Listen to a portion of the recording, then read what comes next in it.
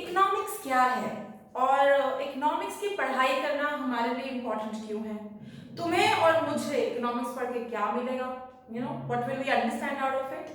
इस सब को अगर समझना है तो हमें इकोनॉमिक्स का कोर रीजन समझना पड़ेगा और उसी चीज के लिए आज की वीडियो है which is going to talk about कि आफ्टर ऑल इकोनॉमिक्स क्या है और हमें इकोनॉमिक्स में बेसिकली करना क्या होता है, समझना क्या होता है।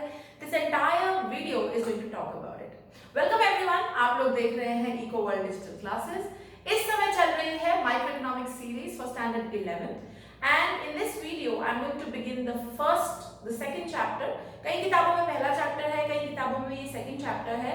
Basically central problems of an economy के चैप्टर को मैं इस वीडियो से शुरुआत करूंगी इसकी। ओके, चलिए शुरू करते हैं। So like I said, central problems of an economy समझने से पहले मुझे ये समझना पड़ेगा कि इकोनॉमिक्स क्या है और प्रॉब्लम्स क्यों होती है इकोनॉमी में। पंगा क्या है भाई, क्या पढ़ना है, क्यों पढ़ना है और फिर उन प्रॉब्लम्स के हल कैसे निकलते हैं, ये सब हम अंडरस्टैंड करेंगे। But let's first begin with the definition of economics. So what is economics? Basically it is study of economic problems. अब ये इकोनॉमिक प्रॉब्लम्स क्या है, थोड़ी देर के लिए पार्क करो, साइड को रखो। Study of economic problems that arise due to scarcity of resources। अब ये लाइन बहुत इंपॉर्टेंट है। अब इस डेफिनेशन को पढ़ के ये तो समझ में आ रहा है कि दुनिया में it's not only about India, it's not only about this country, across world there are economic problems. कुछ प्रॉब्लम्स हैं, कुछ इश्यूज हैं और वो जो इकोनॉमिक प्रॉब्लम्स हैं उनका कोर या जो उनका सबसे बेसिक रीजन है वो है स्कैरसिटी ऑफ रिसोर्सेज। स्कैरसिटी का मतलब कमी, रिसोर्सेज की कमी। अब मैं तुम्हें एग्जाम्पल के तौर पे समझाती हूँ। तो for example you go to market and you want to buy something. तुम कुछ खरीदना चाहते हो, ठीक है। एज ए कंज्यूमर आप मार्केट से कुछ खरीदना चाहते हैं, आपकी जेब में लेट्स से है 2000 रुपए। तुमने चीजें खरीदनी शुरू की। एक चीज खरीदी वो 500 की आई, दूसरी चीज खरीदी वो 700 की आई, हो गई 1200, बचे 800 और तुम्हें लगा कि यार अब 300 बचाने भी जरूरी है और जो बाकी के 500 है मैं उसको कुछ और खरीद लेता हूँ। करेक्ट। अब अगर तुम्हारी जेब में 2000 रुपए हैं तो तुमने 2000 ही खर्चे। अब इसके बजाय अगर ऐसा होता कि तुम्हें एक चीज पसंद आती जो 3000 की है, क्या तुम उसे खर्च पाते? क्या तुम उसे खरीद पाते? नहीं खरीद पाते। क्यों? क्योंकि तुम्हारी जेब में तो 2000 है। अब क्या प्रॉब्लम है, अगर जेब में 2000 है तो 3000 की चीज खरीद लो, लेकिन प्रैक्टिकली इट्स जस्ट इम्पॉसिबल। नहीं खरीद सकते क्योंकि उसके लिए पैसा नहीं है। इन अदर वर्ड्स, उसके लिए रिसोर्स नहीं है। You don't have the money for it. तो अब एक सिचुएशन ये, जब तुम्हारी जेब में 2000, तुम्हें पसंद आई चीज 3000 की, नहीं खरीद सकते। सिचुएशन नंबर 2, तुम्हारे पास पैसे का जिन है जो जब तुम कहोगे कि पैसा बना दो वो बना के तुम्हें दे देगा। अब तुम मुझे बताओ, तुम सोचोगे कि तुम अपना पैसा कहाँ खर्चो, कैसे खर्चो, कि हाय 2000 है जेब में, 3000 की चीज कैसे लूं? सोचोगे? नहीं सोचोगे। क्यों? क्योंकि तुम्हारे पास तो जिन बैठा है पैसे का और वो तो पैसे की एकदम फुहार तुम्हारे ऊपर डालने वाला है। यानी तुम्हारे पास रिसोर्स की, पैसे की कमी नहीं है। Correct? Am I correct? Now in a similar manner असल जिंदगी में आओ। अब in real life do we have a genie of money? कोई है हमारे पास पैसे का जिनी जिसको हम कहे भाई चल पैसे बनाओ, वो पैसे बना के हमको दे दे? नहीं है ना।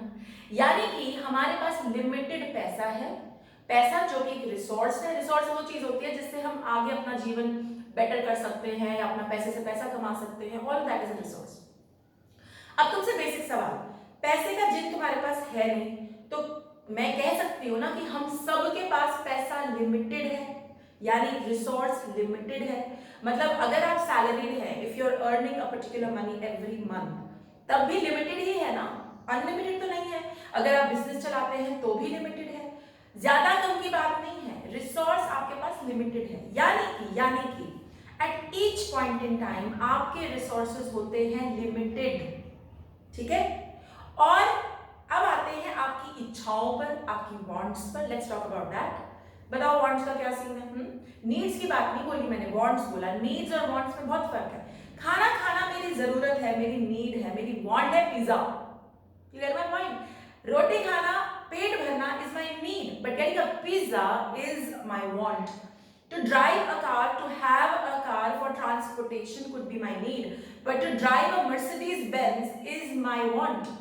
जमीन आसमान का फर्क है वांट्स में और नीड्स में। तो नीड्स को साइड रख दो, वो तो जरूरी होती है इंसान के लिए, लेकिन हमारी इच्छाओं का कोई अंत नहीं है। हमारी वांट्स है अनलिमिटेड, रिसोर्सेज है लिमिटेड। पैसे के बारे में बात करूं तो उसी तरीके से सोचो, तुम्हें चाहिए बहुत कुछ, तुम्हारे पास पैसा एट ए टाइम लिमिटेड है, 10 साल बाद क्या होगा वो बात अलग है, बट आज के टाइम की बात करो लिमिटेड है। तो क्या तुम्हें अपना दिमाग नहीं लगाना पड़ेगा, सोचना नहीं पड़ेगा कि यार रिसोर्स कम है, इच्छाएं ज्यादा हैं, तो बैलेंस कैसे क्रिएट करो, right? So you will have to make a choice, decision लेना पड़ेगा। मेरे जेब में 2000 रुपए है, मैं क्या खरीदूं क्या ना खरीदूं as a consumer. As a producer मेरे जेब में 2000 रुपए है, मैं कौन सा रॉ मटेरियल खरीदूं ना खरीदूं, इससे खरीदूं कि उससे खरीदूं। एज गवर्नमेंट मेरे पास 2000 रुपए है, मैं ये पैसा एजुकेशन पे लगाऊं या डिफेंस पे लगाऊं या सड़कें बनाऊं या हॉस्पिटल बनाऊं, क्या करूं? You getting my point? तो यानी अगर आप इकोनॉमी में चारों तरफ देखें, इकोनॉमी के 4 मेजर पिलर्स होते हैं, प्रोड्यूसर्स, कंज्यूमर्स, प्रोड्यूसर्स जो चीजें बनाते हैं, कंज्यूमर्स आप और मैं, और government, right? And there is rest of the world. Rest of the world is export import. भाई हर किसी का रिसोर्स लिमिटेड है। अभी तो मैंने एक रिसोर्स का नाम लिया है पैसा, तुम पैसे से ही एग्जांपल लेके चलो। रिसोर्स लिमिटेड है, स्कैरसिटी है, कमी है उसकी रिसोर्सेज की, ठीक है, लेकिन हमारी इच्छाएं, हम जो उससे कर सकते हैं वो बहुत ज्यादा है। तो as a result of it everyone has to make choices, everyone has to make decisions.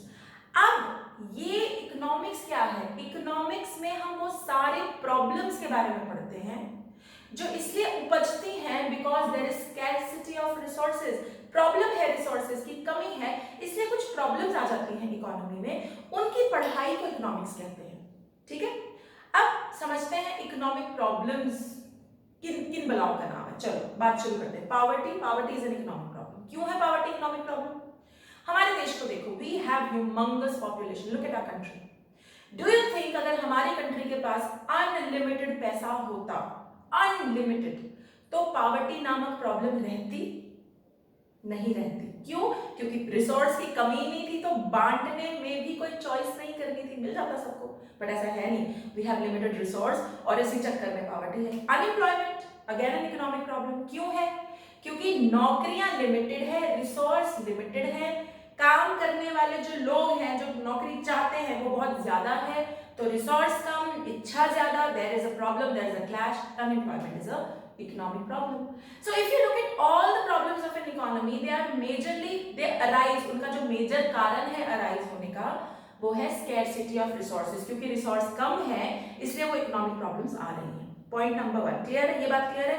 अगर कल को तुमसे कोई पूछे कि इकोनॉमिक्स पढ़ने का तुक क्या है या इकोनॉमी में जितनी प्रॉब्लम्स हैं वो क्यों अराइज होती है, I hope you know it is because of scarcity of resources, क्योंकि हर चीज की कमी। गुड, ऑलराइट, आगे बढ़ते हैं। अब resources, resources could be anything, it could be money, it could be metal, it could be minerals. अब कोल का एग्जांपल लो, अनलिमिटेड है क्या अपने पास? तेल दुनिया में अनलिमिटेड है, कभी खत्म ही नहीं होगा। पानी, पानी समुद्र, अरे भाई तुम अगर फ्रेश वाटर को तुम रिसाइकल नहीं करोगे, क्यों दुनिया में इतना हल्ला मच रहा है रिसाइकल करो ये करो? क्योंकि हर किसी चीज की लाइफ है, खत्म हो जाएंगे।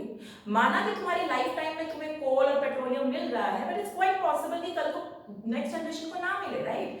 सो all the resources are one scarce, कम होते हैं हमेशा, हैव ऑल्टरनेट यूजेस, एक ही रिसोर्स के कई यूजेस, कई इस्तेमाल है। फॉर एग्जांपल पैसा, पैसे से मैं घर बना सकती हूँ, पैसे से मैं एजुकेशन पे पैसा लगा सकती हूँ, पैसे से मैं गाड़ी खरीद सकती हूँ, है ना, अलग यूजेस।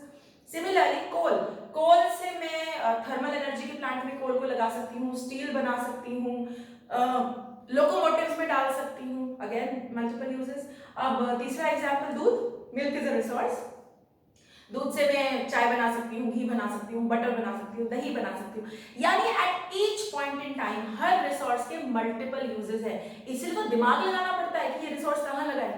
अब गवर्नमेंट के पॉइंट ऑफ व्यू से सोचो, गवर्नमेंट के पास पैसा है, टैक्स से आता है, गवर्नमेंट को हमेशा सोचना है कि यार ये इतना पैसा है मेरे पास लिमिटेड, और इसी पैसे से मैं चाहूँ तो अपनी कंट्री का डिफेंस स्ट्रॉन्ग कर लूँ, या देश की एजुकेशन सिस्टम स्ट्रॉन्ग कर लूँ, या हॉस्पिटल में पैसा लगा लूँ, या सड़कें बना लूँ, या मैं नए नए फ्लाईओवर्स एंड एयरपोर्ट्स ये सब बना लूँ। You getting my point? उसी पैसे से इतने यूजेस हैं और इसी चक्कर में डिसीजन लेना पड़ता है कि पैसा कम है कहाँ लगाएं। रिसोर्स कम है, कहाँ लगाएं, okay. Also resources depend upon the urgency of need, मतलब आपके रिसोर्सेज जो है वो आप कैसे यूटिलाइज करेंगे वो डिपेंड करता है इस बात पे कि आपको कितनी नीड है। अगर आपको आज ही घर बनाना है तो आप अकॉर्डिंगली उन रिसोर्सेज को यूज करेंगे।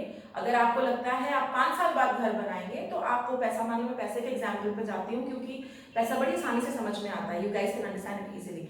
सो let's say you have some amount of money in your bank today and एक सिचुएशन है, यू हैव अर्जेंसी, आज ही घर बनाना है इसी साल में, तो वो पैसा निकालोगे और कोई सोच कोई चॉइस नहीं है, सीधा घर पे बनाओगे, डालोगे, है ना।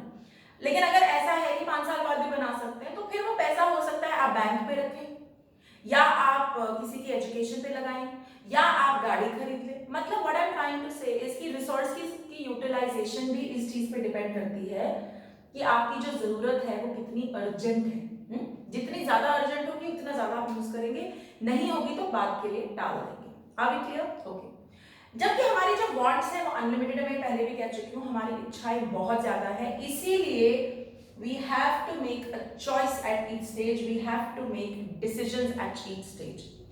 अब जो इस साल की माइक्रो इकोनॉमिक्स है, अगर मैं टोटलिटी में 11th और 12th की इकोनॉमिक्स देखूं तो माइक्रो इकोनॉमिक्स तुम्हें यही समझाएगा पहले 4-5 चैप्टर्स में कि कंज्यूमर कैसे ये चॉइस लेता है, ये डिसीजन कैसे लेता है, क्योंकि कंज्यूमर के रिसोर्सेज भी लिमिटेड है और चॉइसेस बहुत ज्यादा है, ऑल्टरनेटिव यूजेस है रिसोर्सेज के, तो चॉइस लेनी है वो कंज्यूमर कैसे लेता है।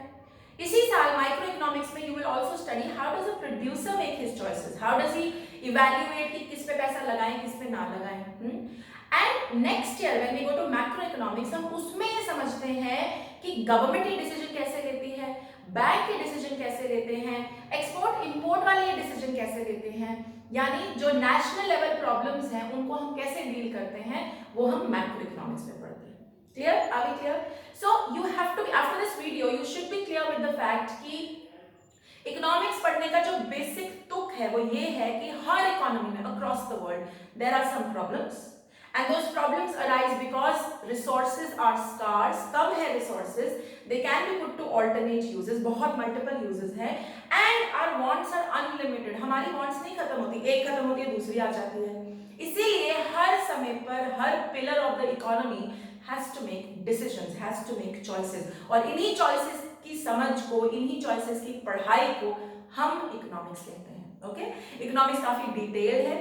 अगले 2 सालों में आप इकोनॉमिक्स से सिर्फ 4 सब्जेक्ट्स पढ़ रहे हैं, which is micro, macro, statistics and Indian economy. You guys should know कि इससे कई गुना ज्यादा सब्जेक्ट्स हैं इकोनॉमिक्स में। अगर आप आगे बढ़ेंगे बीकॉम, बीबीए या बीए इको में तो आप वो सब्जेक्ट्स भी डिटेल में करते जाएंगे, ठीक है। आई होप आपको ये कॉन्सेप्ट क्लियर है। Next video is going to be about central problems of an economy, यानी वो 3 प्रॉब्लम्स जो हर इकोनॉमी का सबसे बड़ा कोर प्रॉब्लम्स हैं, उनको हम डिस्कस करेंगे अगली वीडियो में। If you see me on YouTube, please don't forget to press like, share, comment and subscribe. Till then, bye bye.